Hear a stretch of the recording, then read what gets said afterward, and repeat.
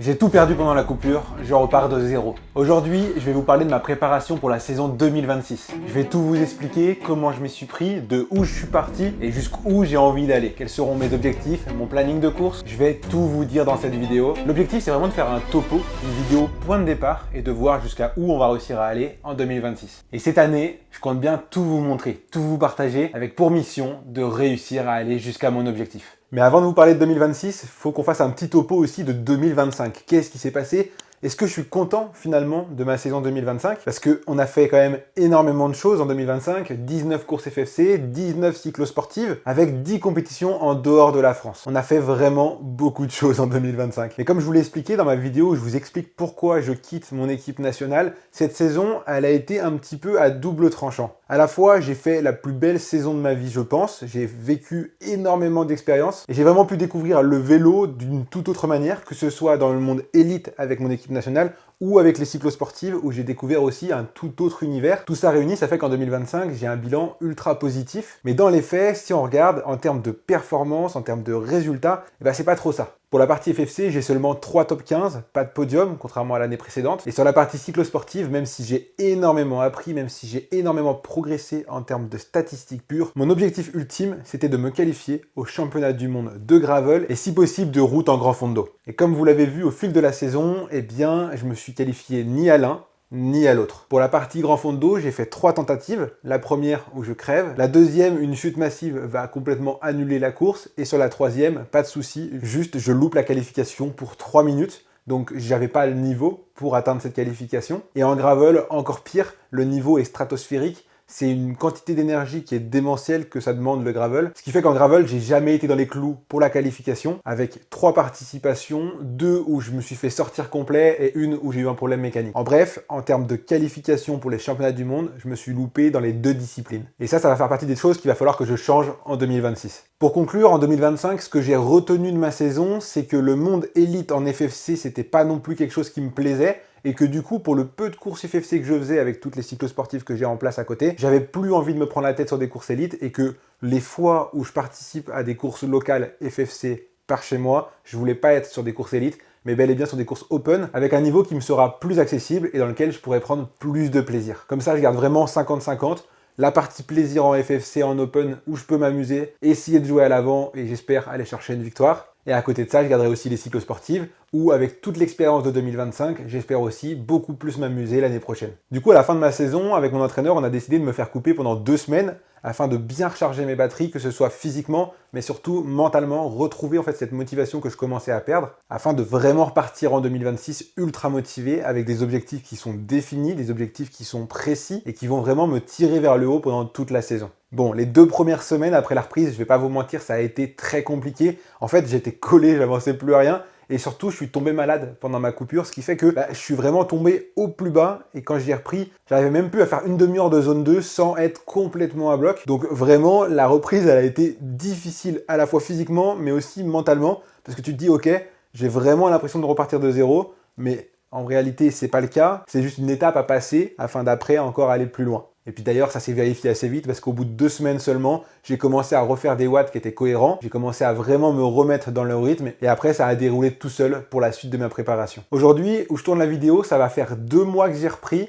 Et du coup, je me sens vachement bien. Je trouve que je progresse vachement plus vite que l'année dernière. J'ai plus ou moins les mêmes exercices que je faisais à la même période de l'année dernière, mais je les passe beaucoup mieux. L'année dernière, la moitié des choses qu'on me demandait de faire, j'étais pas capable. En 2025, mon entraîneur avait déjà décidé de cibler un maximum la force, parce que d'après lui, j'en manquais énormément, particulièrement pour les cyclosportives, où il faut réussir à maintenir des gros watts longtemps dans l'école. Et l'année dernière, c'est vrai que j'avais vraiment beaucoup de mal à réaliser des exercices, ou même tenir ma zone 2, 1 heure, 2 heures, 3 heures. Ce qui fait que souvent, je rentrais de mes séances en n'ayant pas vraiment validé la séance. J'avais fait le maximum de ce que je pouvais, donc ça, c'était très bien. Mais en réalité, j'avais pas réussi ce que mon entraîneur me demandait. Et cette année, sincèrement, pour des exercices qui sont quasiment les mêmes, je l'ai réussi quasiment tous. Je saurais même pas vous dire des séances que je n'ai pas réussi. Alors oui, les 2 premières semaines, c'était compliqué, mais ensuite, tout s'est plutôt bien enchaîné.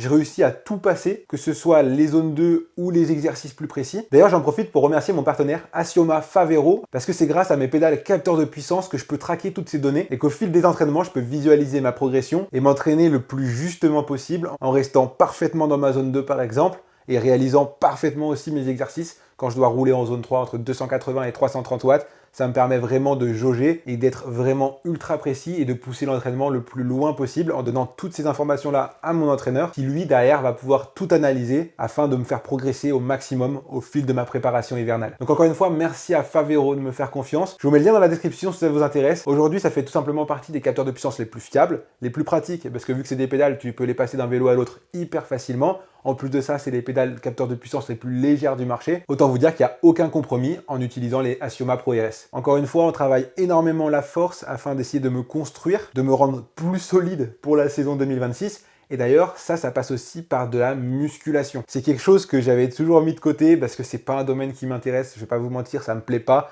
ça m'amuse pas. J'avais essayé il y a 2 ans et j'avais une mauvaise expérience. J'étais dans une salle où il y avait beaucoup de monde et j'étais pas à l'aise. C'était pas un truc où j'avais l'habitude. Moi, quand je fais du vélo, d'habitude, je suis tout seul. Il y a personne qui me regarde, personne qui me juge. Et surtout, quand tu arrives dans un sport comme la musculation où tu es débutant, tu as du mal à faire les exercices, tu portes des poids qui sont entre guillemets ridicules par rapport à mon niveau sportif. Je sais pas, j'étais pas à l'aise il y a 2 ans. Et là, cette année, j'ai rejoint une nouvelle salle de musculation. Et sincèrement, ça se passe hyper bien. Déjà, il n'y a pas beaucoup de monde sur les horaires auxquels j'y vais, ce qui fait que en général, je suis quasiment seul dans la salle. Donc je suis à l'aise. En plus de ça, les coachs sont assez disponibles. Donc au début, ils m'ont pas mal drivé aussi pour m'aider à bien réaliser les mouvements. Du coup, j'ai progressé hyper vite et assez rapidement, je suis arrivé au stade où j'arrivais à réaliser les mouvements correctement. Et ensuite seulement, je peux commencer à envisager de mettre des poids un peu plus conséquents.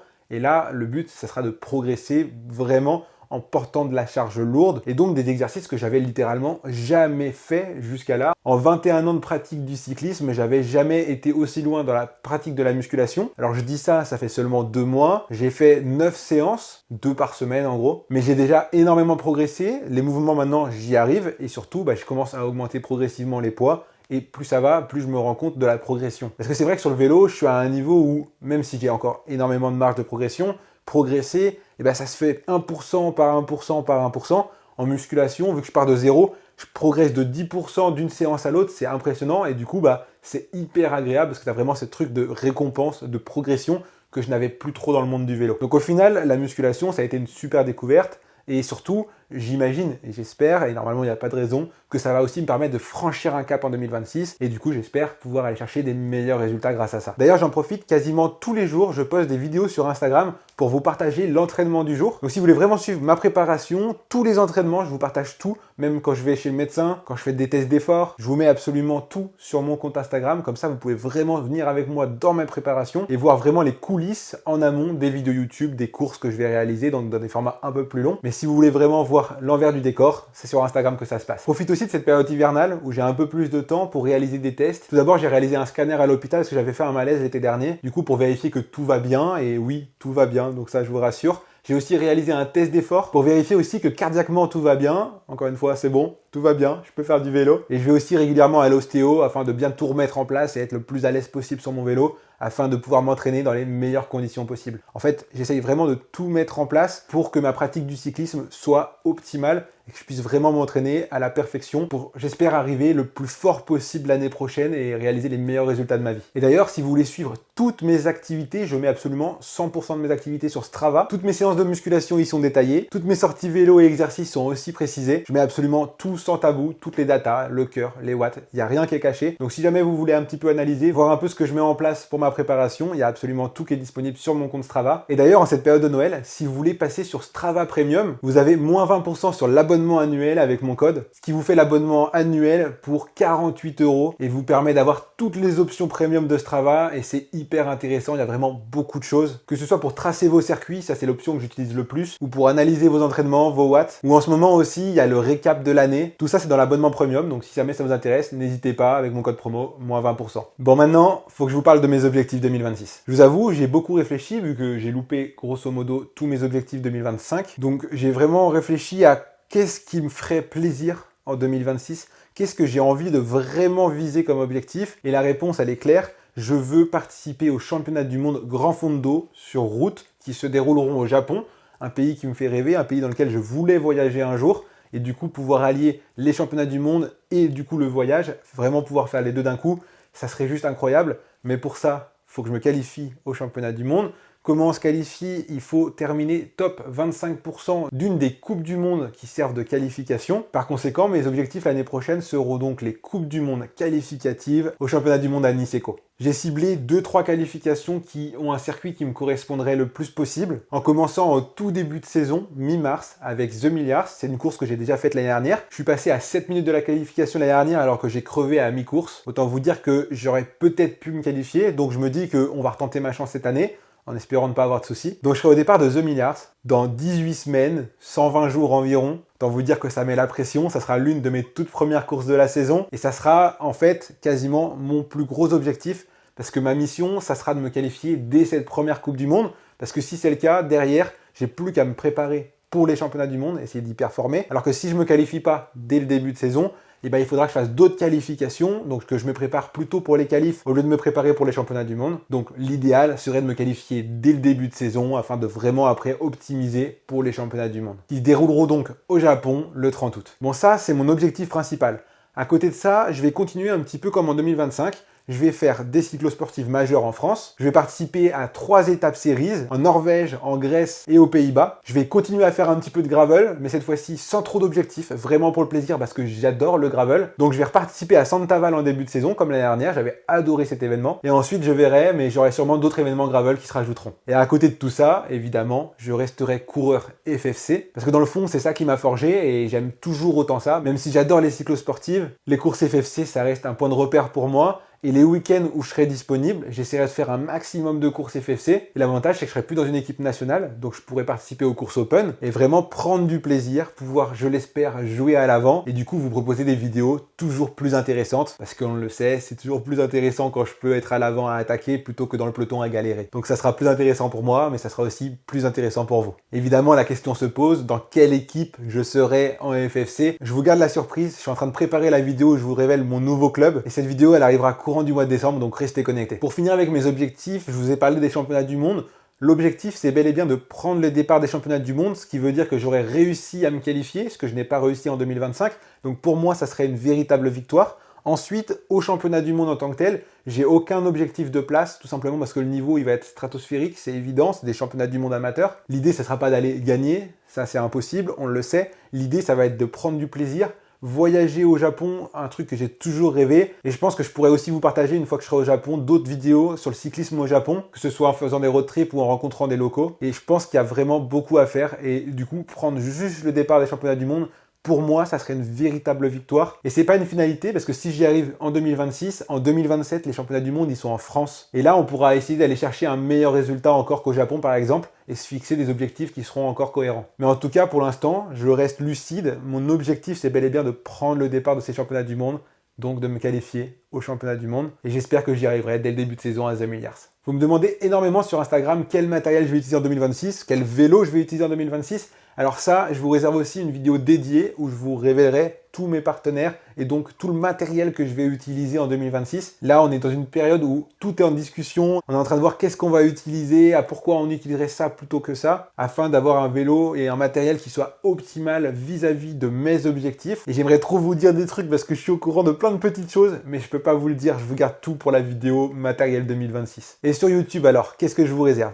Eh bien, j'ai envie de vous dire un peu la continuité de 2025, c'est-à-dire que je vais continuer de vous partager toutes mes courses, que ça se passe bien ou que ça se passe mal, vous verrez absolument tout. Les moments difficiles comme les moments où je vais réussir à accomplir des choses. L'idée, c'est que je vous cache rien, que vous voyez absolument tout et que si j'arrive à atteindre mes objectifs, vous soyez aussi content que moi parce que vous aurez vécu tous les moments par lesquels je serais passé pour en arriver là. C'est ce que je fais sur YouTube depuis près de 7 ans maintenant. Je vous ai jamais vraiment rien caché. Et vous avez d'ailleurs vu beaucoup de moments où j'étais dans la galère. Mais au moins, quand je réussis, vous savez par où je suis passé et c'est ça qui est beau. Parce que des fois, même vous savez mieux que moi ce que j'ai pu vivre, que ce soit l'année dernière ou l'année d'avant. Vous avez des anecdotes et tout ça, et ça, c'est juste incroyable. Donc en 2026, j'ai envie de continuer comme ça, toujours plus vous partager, vous donner le plus d'informations possible, et surtout de vous faire voyager, vous faire vivre des courses que peut-être vous connaissez pas, qu'aujourd'hui j'ai la chance de pouvoir vivre, et du coup j'essaye de vous transmettre un petit peu tout ça, de vous faire rêver, de vous faire voyager, et de vous faire découvrir des événements qui finalement peut-être pourraient vous intéresser, tout en partageant toujours les courses de l'intérieur du peloton. En tout cas, vous pouvez compter sur moi, sur YouTube, ça bougera pas, je resterai toujours fidèle à moi-même.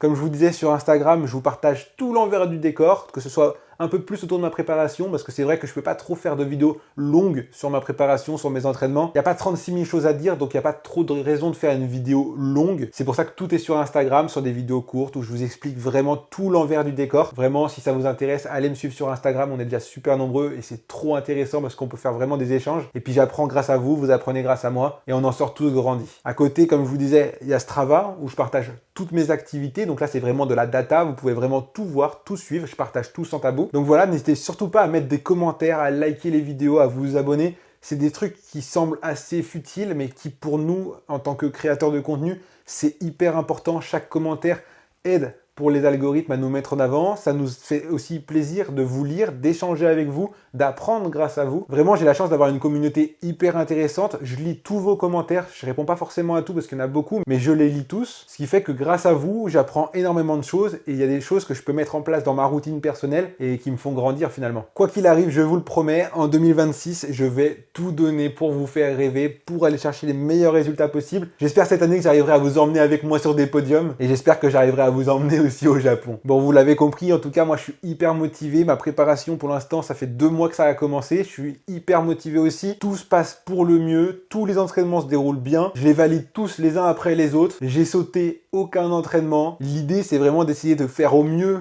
pour aboutir en 2026. Donc je compte vraiment sur vous dans les commentaires pour m'encourager. Je vous remercie encore d'être toujours aussi nombreux à me suivre. Franchement, c'est incroyable. Vous êtes de plus en plus nombreux, de plus en plus nombreux à mettre des commentaires, à venir me voir sur les cyclosportives, à venir me voir sur les courses FFC. Et franchement, ça me fait rêver et c'est ça qui me motive. Ça me booste encore plus à vous faire des vidéos. Et j'essaye, moi, de mon côté, de faire le mieux possible pour réaliser les plus belles vidéos, essayer de faire les meilleures courses possibles pour que ça soit intéressant aussi pour vous. En bref, c'est un échange et vraiment, merci beaucoup. Pour conclure, les prochaines vidéos sur YouTube, ça sera donc la fin de la Coupe de France. Il y aura la vidéo nouvelle équipe. Il y aura la vidéo nouveau matos. Je vous prépare aussi 1 ou 2 vidéos un peu particulières, vous verrez. Et puis assez rapidement, de toute manière, on arrivera fin février. Je serai en stage en Espagne et puis ensuite on enchaînera avec les courses. Et du coup, on retrouvera les vidéos habituelles. En tout cas, si tu es encore là à ce moment-là de la vidéo, merci beaucoup. Je vous dis à très bientôt pour de prochaines aventures. Bye bye.